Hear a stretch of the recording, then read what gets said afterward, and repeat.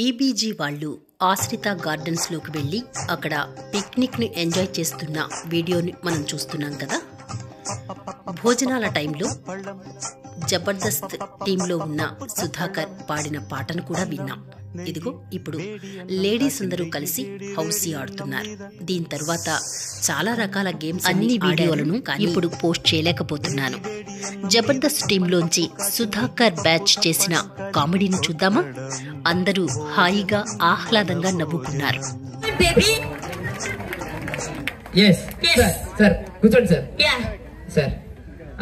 Sir ఏం లేదు, ఒక 4 క్వశ్చన్స్ అడుగుతాం, మీరు తప్పి అని ఆన్సర్ చెప్తే మేము మీకు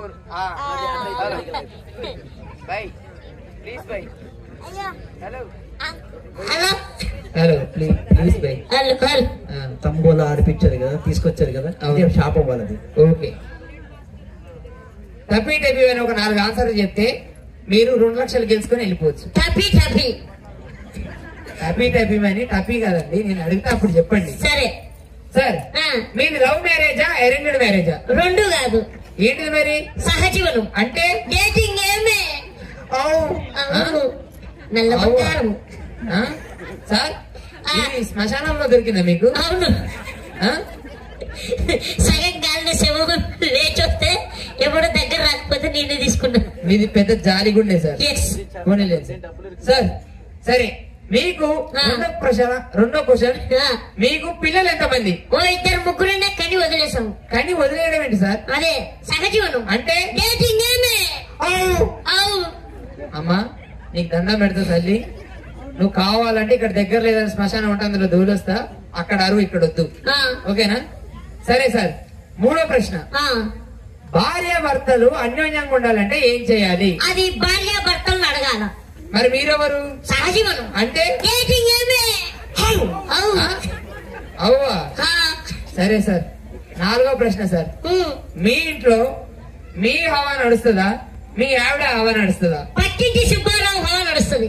ఆయన హవా మీ ఇంట్లో ఎందుకు నడుస్తుంది సార్? సహజీవనం అంటే డేటింగ్. ఏమే అది మా భార్య. నీ భార్య అయినా నీకు రెస్పెక్ట్ ఇస్తాను, నువ్వు తీసుకొని సైలెంట్ వెళ్ళిపోయి ఇక్కడ నుంచి. ఎందుకు? అదేదో కప్పిస్తా అన్నారు. చెప్పిస్తా. అరే మీది ఒక జంట, మన మీకు కప్పు. దీన్ని తీసుకుపోయి యూట్యూబ్ లో పెట్టి మంచి రేటింగ్ వస్తుంది. తబ్బోలు ఆడుకుందాం. దాని తమ్ముల దగ్గర రాని వచ్చాడు. ఏవయ్యా వీళ్ళందరూ ఎందుకు వచ్చారు? అందుకొచ్చారా? మనం ఎందుకు వచ్చాం?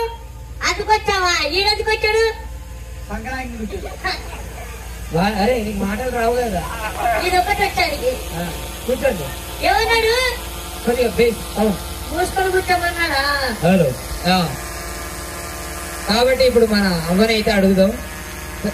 ఫస్ట్ సార్, నాది ఒక చిన్న ప్రశ్న. సార్, మీరు ఫైర్ స్టేషన్ లో పనిచేశారు కదా? చేశారు. ఎందుకు? ఓను రక్షించబోయి వీడియో కాలిపోయింది మొత్తం.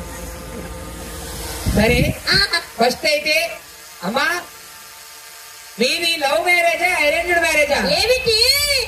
చూడలేదు అమ్మా, మీది లవ్ మ్యారేజా అరేంజ్డ్ మ్యారేజా?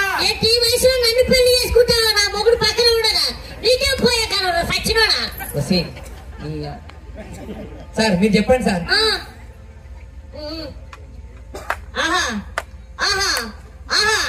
అర్థమైంది. ఏంటిది? మీది లవ్ మ్యారేజ్ అరేంజ్ మ్యారేజ్ అని అడుగుతున్నావా?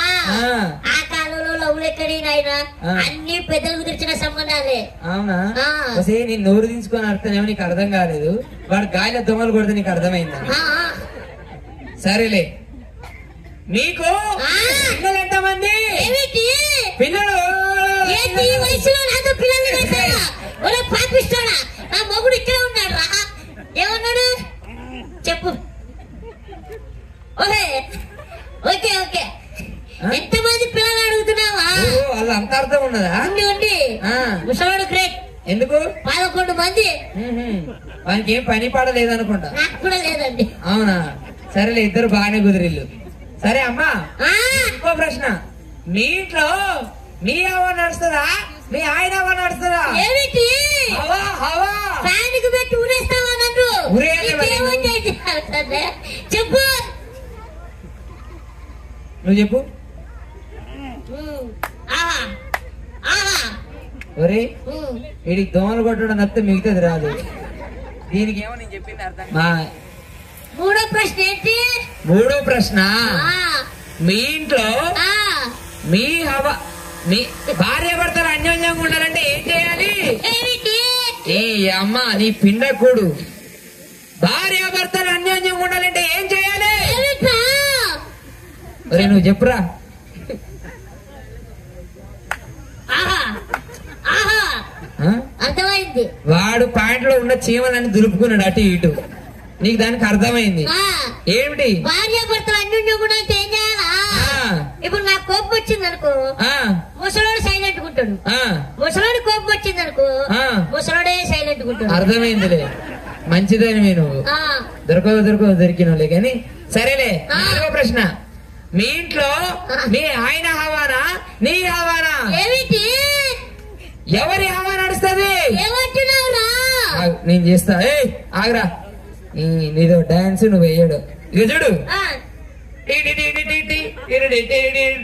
ఏంటి నీకు పైసా? నేను చెప్పింది అర్థం. ఇంక చూడు ఇచ్చుడు, నిన్ను చూస్తే నాకు కూడా రావట్లేదు స్టెప్పులు. ఇగో మొలలా? అర్థమైంది. ఇప్పుడు మీ ఆయన అవే నడుస్తుంది. సరే పద పోదాం.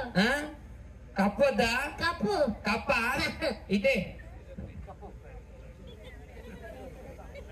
కప్పిన పో. నీకు ఇంతకంటే ఇంకేం కప్పరు. ఈ కప్పు కాదురా. పో. సరదా సరదా గేమ్స్, సరదా సరదా కామెడీ, సరదా సరదా సాంగ్స్ ఇవన్నీ అయిన తరువాత ఆఖరి ఘట్టంగా అందరూ కలిసి స్నాక్స్, టీ తీసుకున్నారు. ఆ తర్వాత అతిథులనందరినీ సత్కరించి గౌరవించారు. ఒకరికొకరు పరిచయాలు చేసుకుని ఒకరి ఫోన్ నెంబర్స్ ఒకరు తీసుకుని మళ్లీ మళ్లీ కలుస్తూనే ఉందాము అని ఇళ్లకు పయనమయ్యారు. ఇలా 105 ఎకరాల మామిడి తోటలో ఈ వాతావరణంలో ఆ పిక్నిక్ అత్యద్భుతంగా అనిపించింది. చూసారా, చుట్టూ వాతావరణం అసుర సంధ్య వేళ, పైన సూర్యుడు కనిపిస్తూ ఉండగా ఈ చుట్టూ ఒక క్రమ పద్ధతిలో ఉన్న మామిడి చెట్లు, ఆ మధ్యలో టెంట్ వేసి మా పిక్నిక్ స్పాట్.